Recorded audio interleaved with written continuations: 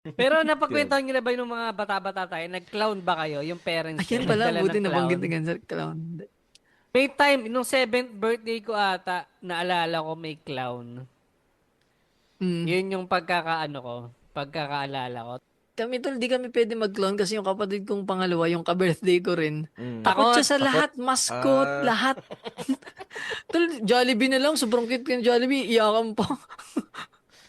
Parang siya nag-umpisa Yeah. matakot ay doon sa nakita niya si McDo. Di ba dati nung bata pa tayo, ang McDo nun iba eh. Hindi yung, Oo, oo. hindi costume, hindi literal na clown. tao talaga, naka-white paint yung mukha. Talaga na yun, pero si Jollibee, pwede pa, men, mas parang cute Mm. pa. Oo, dahil si Pero hindi Jollibee ko, ang embodiment ng honesty at hindi takot ng pero Alam sa mo, lahat tol min, ng mascot na kay Kripen ako kay Hetty.